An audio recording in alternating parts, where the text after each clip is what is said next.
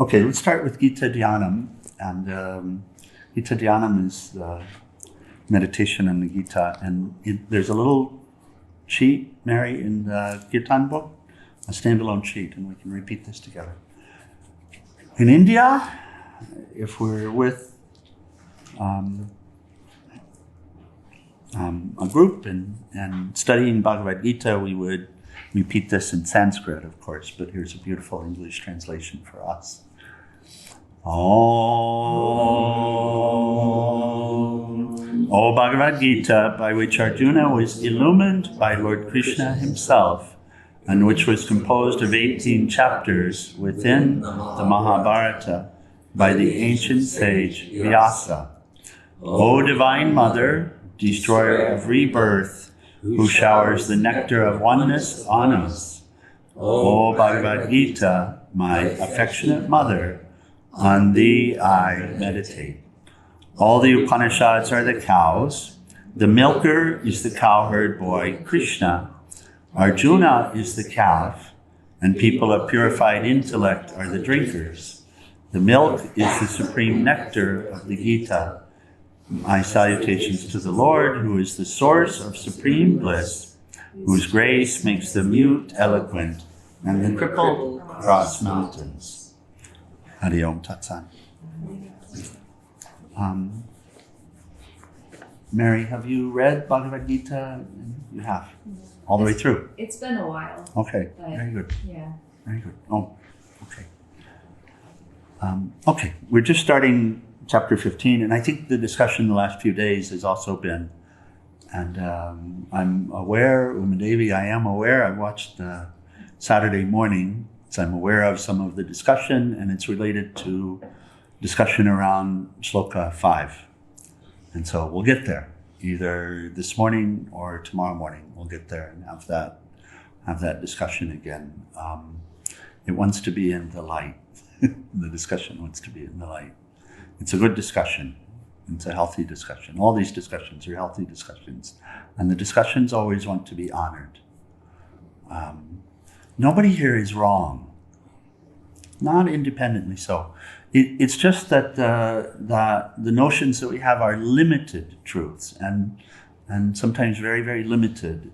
And they're born based upon our own experience, and our own thoughts are coming from our own experience. And as we're involved in this process of awakening, for each of us, it will happen in different ways, and different channels will open along the way. So the discussion is always helpful, and we always want to all be present for the discussion. We want to allow for it, and we want to allow for all of the notions and ideas that come. And to the extent that we can, we bring them back to Shastra, back to the scripture. And yeah, like that. So we'll come to it. It's very good, very healthy. Okay, so we start with the Ashvata tree here, which is this peepal tree.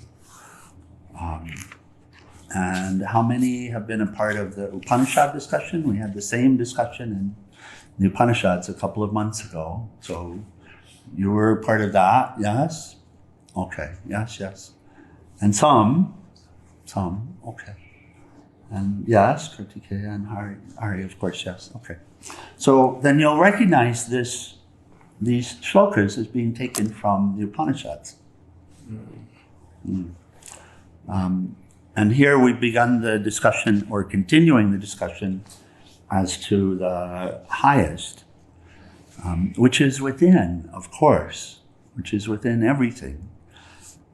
And there are some teaching mechanisms being used here to help us to relate to the things in a beneficial way, in a proper way. So, and this is the yoga of supreme spirit is typically the way that it would be translated.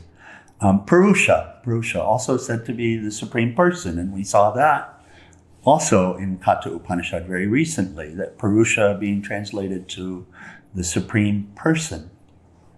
Right. And it's a very interesting and mind-altering and mind-opening approach, by the way. There are all of these persons, and where is this personality coming from? It's a very interesting discussion, and meditation upon it will really help to open us up. We tend often in yoga to close, and it's because we want to close coming into yoga. We want to separate ourselves from suffering. And so it's a natural first step. There's nothing actually wrong with it, but the goal is to open. It's as if we have to withdraw, and what we're really withdrawing from are our own notions, ideas, beliefs, desires, all of this stuff, which is limited. And in withdrawing, we center once again and learn how we can come back out in an open way. And here we're speaking of the highest truth, and then this world, and how does this world come forth from it? So the Blessed Lord said, they, the wise, speak of the indestructible peepal tree, having its root above and branches below, whose leaves are the meters or hymns. He who knows it is a knower of the Veda. And the meters or the hymns are actually underliers. You could also say thoughts. Below and above spread its branches, nourished by the guna, the qualities. Sense objects are its buds, and below in the world of men stretch forth the roots originating action. So we'll read the commentary from Swamiji, part of it, and also recognize these teachings, of course, aren't exact truth. They're to be taken literally in a way that allows us to relate to it, but not as a bastion of truth in and of itself. All of these teachings are intended to help us to find that unspeakable place within us and take root in it and find our identity, our real identity there within us at the highest. And so they're allegory. But it's helpful to imagine a tree and how a tree grows. So if we take a seed, let's say a mango tree. No, let's say, what is it that I said, yes, we need those? Pomegranate. Oh, so let's say we take a pomegranate tree, and we have a pomegranate, and within the pomegranate are all the seeds of the pomegranate. Okay, and now we're going to take one seed of the pomegranate, and we're going to plant it. So we put it in the ground, we prepare the soil first, we put it in the ground, we water it, we get nutrients to it, and what happens first? The seed should pop, hopefully, sprout. Yeah, it sprouts, and then? Roots. Begin to form. Okay, and this is what we're wanting to catch is the beginning of all of this, and this is the process. So there is a seed, and what's being given here in this allegory is the seed is the highest. So what's called the causeless cause, right? The highest cause, and we can easily relate to limited causes.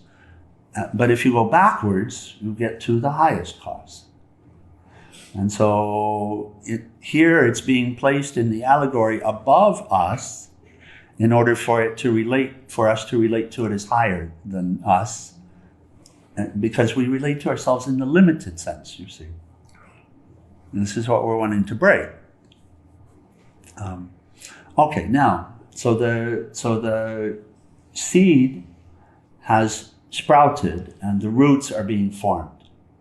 That's first. And then? Hopefully it pushes up to the dirt and grows. And that is no longer called a root, correct? Right. What happened to the seed? I guess it's cast away. It's no longer used. It's perhaps compost. I don't know. It's not cast away at all. It is the roots. Yes. And then what do you call it when it comes out of the ground? It's a tree. It's a trunk. Yeah. Where's the seed? Still down there. In the trunk. It's in the trunk. You see, the seed is the DNA. It's transformed. It appears differently, but the DNA, which is the seed, is still there. The DNA itself hasn't changed.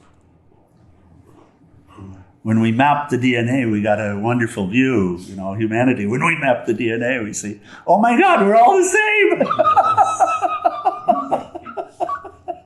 So now the seed pops open, and the seed becomes the roots, right? Through bringing the nutrients to it, but the nutrients are no longer as they were. Now the nutrients themselves have taken on the DNA of the seed. So the nutrients are the building blocks, as it were, but the seed is now manifesting and appearing. And so first it appears as root. You don't see it. You don't know if it's really happening. But then it pops up, and there's what you will call the trunk of the tree, right? And the seed,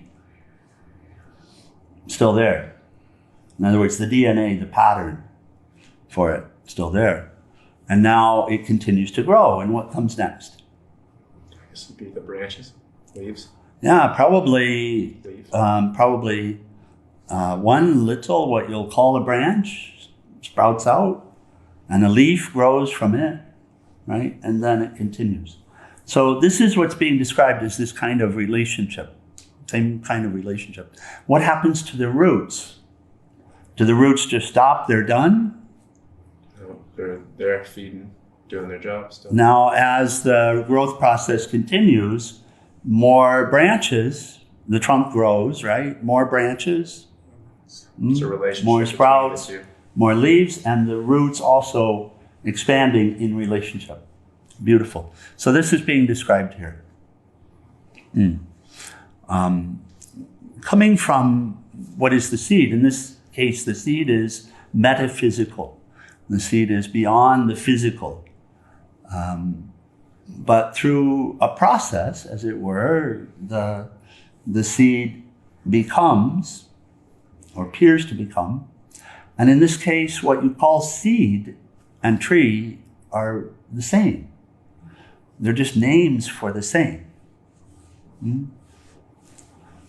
But it's okay. You can follow it, and you can see the relationship with it. So here, but this tree is a unique tree. This tree that's being described as a unique tree.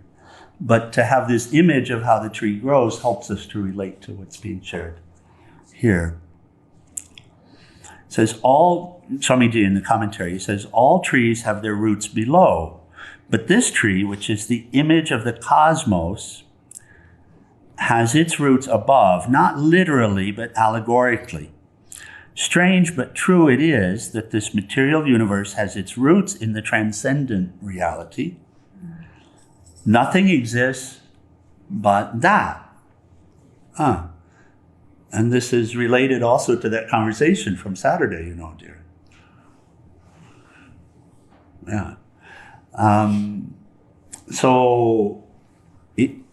You just called that seed a seed. You called it a seed. It's a name that you used.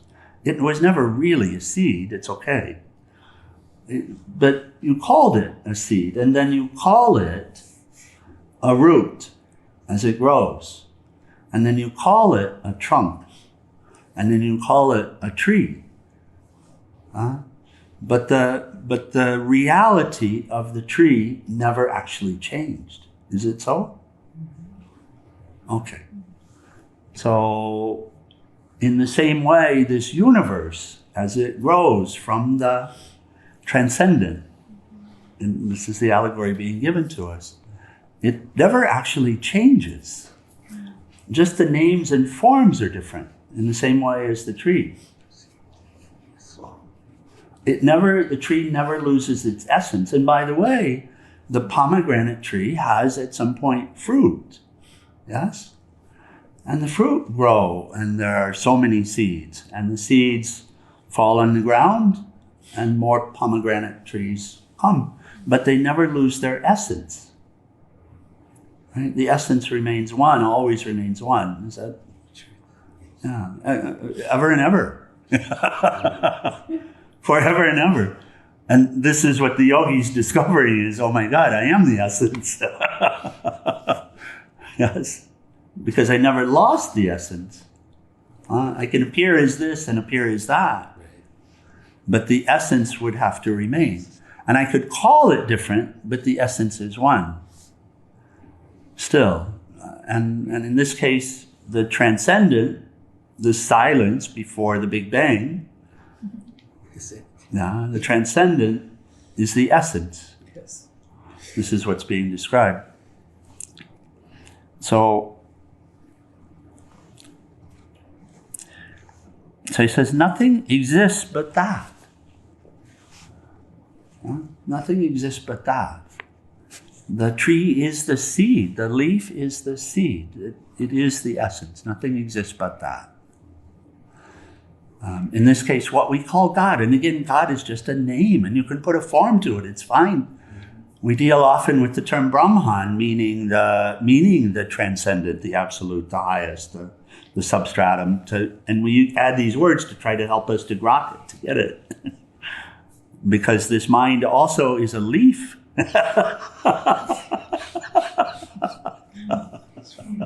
But it's not a leaf, it's the seed. And the seed is transcendent. And the seed is consciousness, absolute consciousness. Huh? So nothing exists but that. Tattvamasi, thou art that. The substratum of what appears to be is that. And incidentally, even the power of illusion that makes the illusory appearance possible is in a way transcendent too, for it cannot be properly explained. The cosmos tree has its roots above. He says to the yogi, this tree might mean the Sushumna Nadi, different ways of relating. So we might relate in an astral sense also. It's not just discussing the physical worlds. It's discussing the realm of thought, the astral as well. So, and it's discussing the realm of energy, also astral.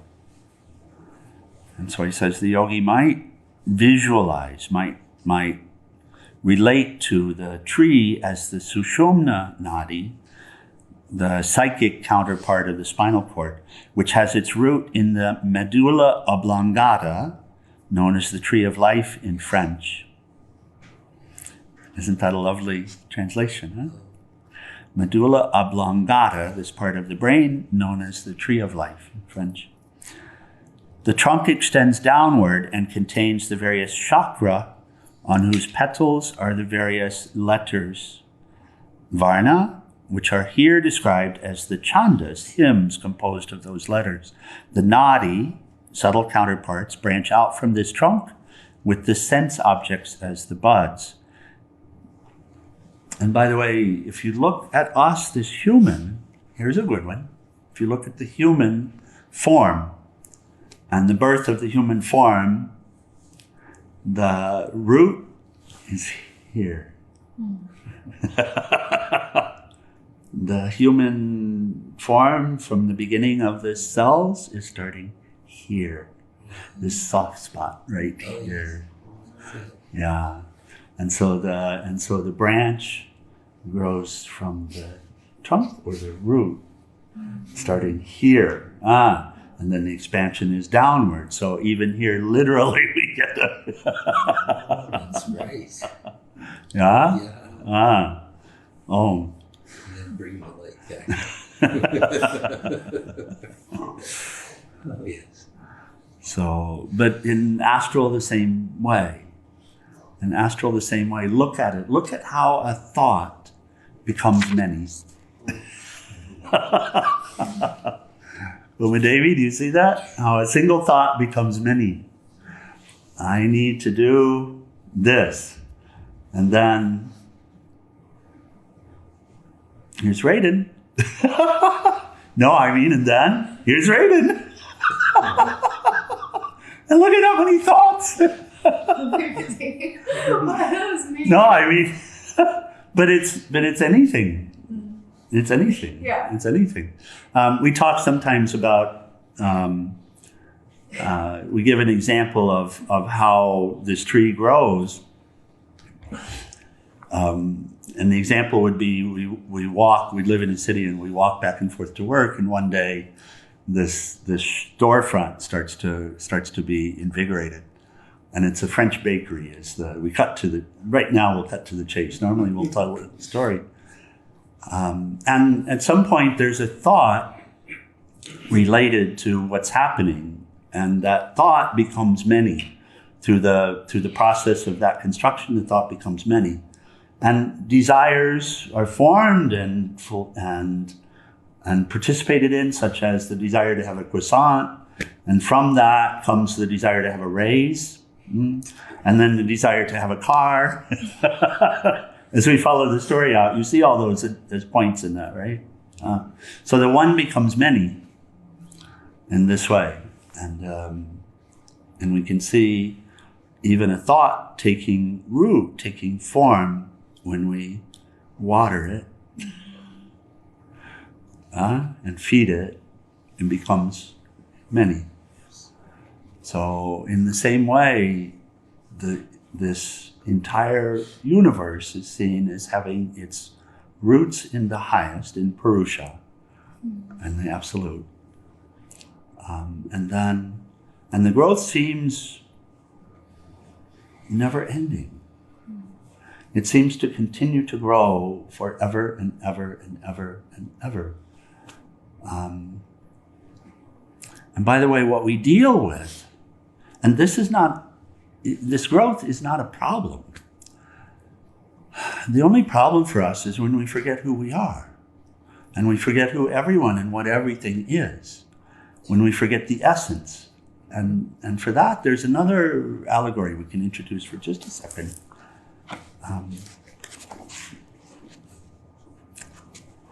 The sun is rising. Of course, really, the sun's always here.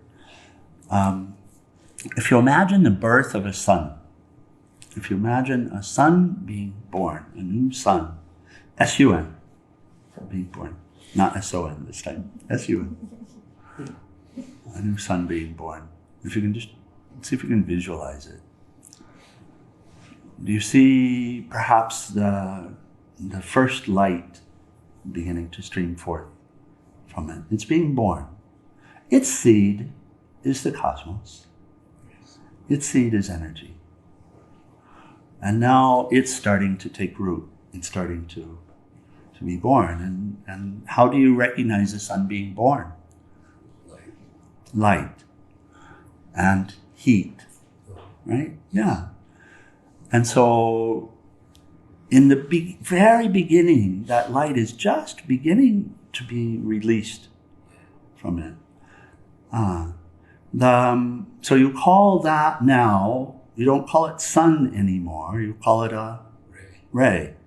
A ray of light comes out from the sun. And of course, it's not just one ray. If you can see it, if you can visualize, you can see countless rays are now beginning to stretch out, to emanate out. But are they still the sun? Yeah, just in process of manifestation or appearing, right? So still the sun, still the sun. Even the sun, when you couldn't see it, was still the sun. It exists as potential, as Purusha. Yes. Or as unmanifest. In the universe, you could say unmanifest. You can't see it as a sun, but all the elements for the sun were there, and the pattern for the sun was there. So therefore the sun was there, it just wasn't manifest. But now it's beginning to be manifest. And so if you can imagine at that moment that you are in that sun as it begins, and that ray which is now beginning to stream, that's Jagannatha, or that's Hari, or that's whoever it is.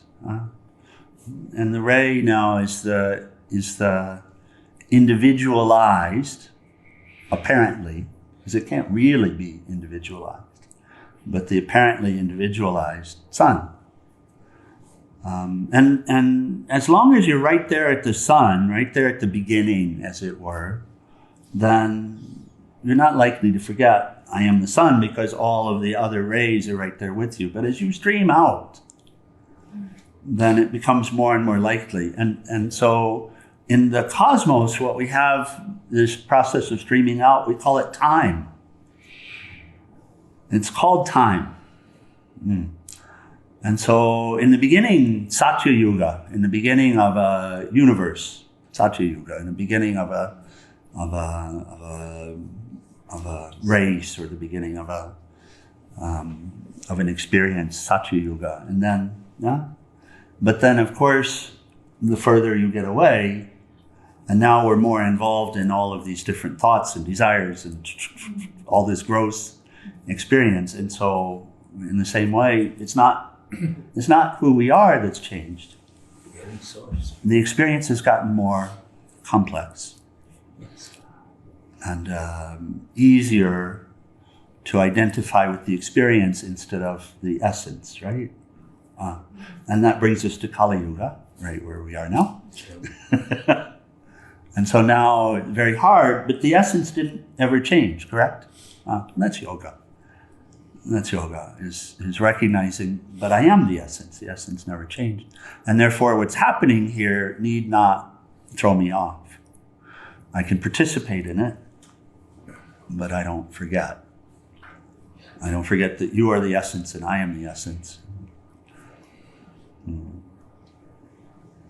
we are, in fact, one. So here, we'll continue in the morning with the exploration. But you see, the tree is a good way to relate to it, to see it.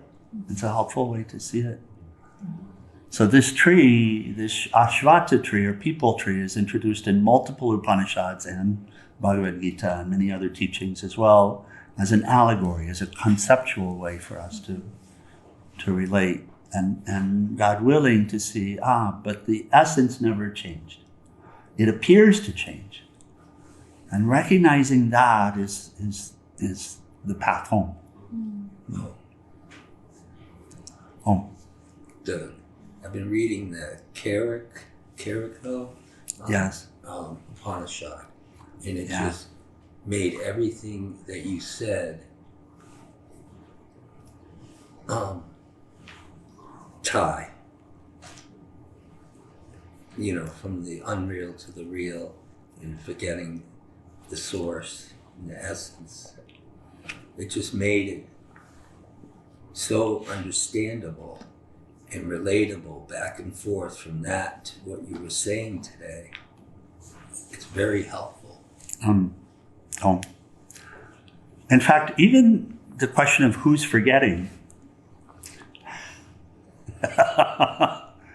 leads you back to, well, it's obviously the essence. Yes. Although that's an allegory. There's the process. There's a process. There's the process, and the process is the tree. Yes. The process is the tree. But the root, the seed, the causeless cause is unchanging. It just is full. It's completely full, absolutely full in potential. So Mother, Father of all. Peace. Peace. Okay. Any other comment or question on?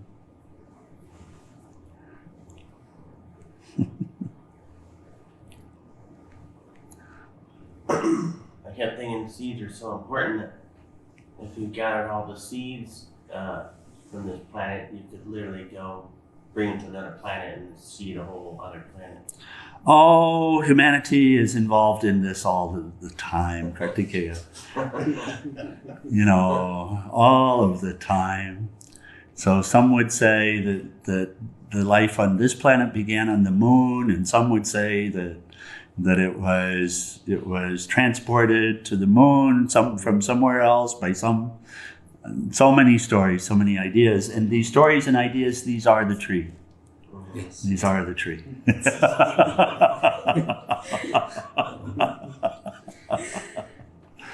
So, beautiful question is then how to live in a way that honors and allows for the tree, but I do not forget for a moment myself. It's real. And that's it. That's the need and the science of yoga as well.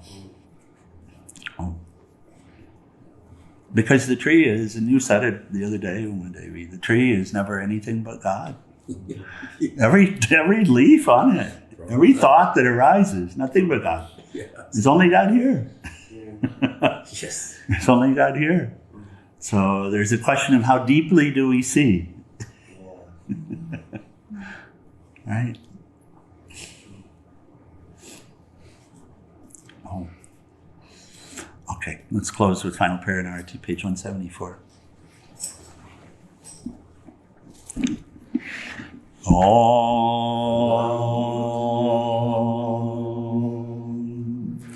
Om Trayambakam Yajamahe Sugandhim Pushti Vardhanam Orhorvai Rukameva Bandhanan Mritor Mokshiyamamritat Om Trayambakam Yajamahe Sugandhim Pushti Vardhanam Orvai Rukameva Bandhanan Mritor Mokshiyamamritat Om Trayambakam Yajamahe Sugandhim Pushti Vardhanam Orvai Rukameva Bandhanan Mritor Mokshiyamamritat Om Sarvesham Swastir Bhavatu Sarvesham Shantir Bhavatu Sarvesham Purnam Bhavatu Sarvesham Mangalam Bhavatu Sarve Bhavantu Sukhinaha Sarve Shantu Niramaya Sarve Bhadrani Pashyanto Makashi Dukhabhat Bhave